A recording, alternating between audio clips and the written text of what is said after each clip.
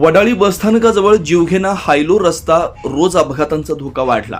ठेकेदारांचं दुर्लक्ष, राष्ट्रीय महामार्ग प्राधिकरणाचं ठेकेदाराला अभय. अंकलेश्वर बुरानपूर राष्ट्रीय महामार्गावरील हिंगणी फाटा ते अनर्दबारी या सुमारे 28 किलोमीटरच्या रस्त्याचं राष्ट्रीय महामार्ग प्राधिकरण विभागाकडून गेल्या वर्षी नूतनीकरण करण्यात आलं.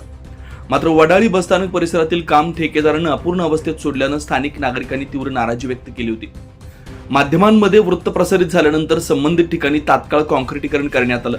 परंतु नव्यानं करण्यात आलेल्या काँक्रीट रस्त्याची उंची आणि जुन्या डांबरी रस्त्यांची पातळी यात मोठा फरक राहिल्यानं हायलो स्थिती निर्माण झाली आहे. परिणामी आदिवासी वस्ती व नागरी भागाजवळ रोज छोटे मोठे अपघात घडत असल्याचं समोर येत आहे. साईडपट्ट्या अपूर्ण, स्लोपचा अभाव. स्थानिकांच्या मते अंदाजपत्रकानुसार दोन्ही बाजूंना मुरुम माती भरून साईडपट्टे योग्य पद्धतीनं तयार करणं आवश्यक होतं. तसेच काँक्रीट व डांबरी रस्त्याच्या जॉईंटवर स्लॅब टाकून समतोल स्लोप देणं अपेक्षित होतं. मात्र हे काम अपूर्ण राहिल्यानं रस्त्यावर अचानक उतार चढाव निर्माण झालाय. बसस्थानक परिसरातून अनेक गल्लीबोळ व आदिवासी वस्तीकडे जाणारा मुख्य मार्ग असल्यानं नागरिकांची सततची वर्दळ असते. वेगाने येणाऱ्या वाहन चालकांना हा उंच खोल फरक वेळेवर दिसत नसल्यानं दुचाकी व चारचाकी वाहनांचा अपघात होत आहेत. मोठा अपघात होण्याची वाट पाहतायत का? रोज अपघात होत आहेत.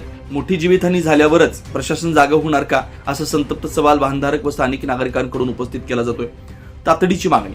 राष्ट्रीय महामार्ग प्राधिकरण विभागानं संबंधित ठेकेदारास तात्काळ सूचना देऊन जॉईंट भागात योग्य स्लॅब टाकावा, मुरुम माती भरून साईडपट्ट्या पूर्ण कराव्यात, रस्त्याला समतोल स्लोप देऊन जीवघेणा खड्डा बुजवावा, अशी जोरदार मागणी नागरिकांकडून करण्यात येते. स्थानिकांच्या सुरक्षेच्या दृष्टीनं प्रशासनानं तात्काळ दखल घेऊन योग्य ती कारवाई करावी, अशी अपेक्षा व्यक्त होते. 24 लाईव्ह महाराष्ट्र न्यूजसाठी जगन ठाकरे, लाला चव्हाण, शहादा.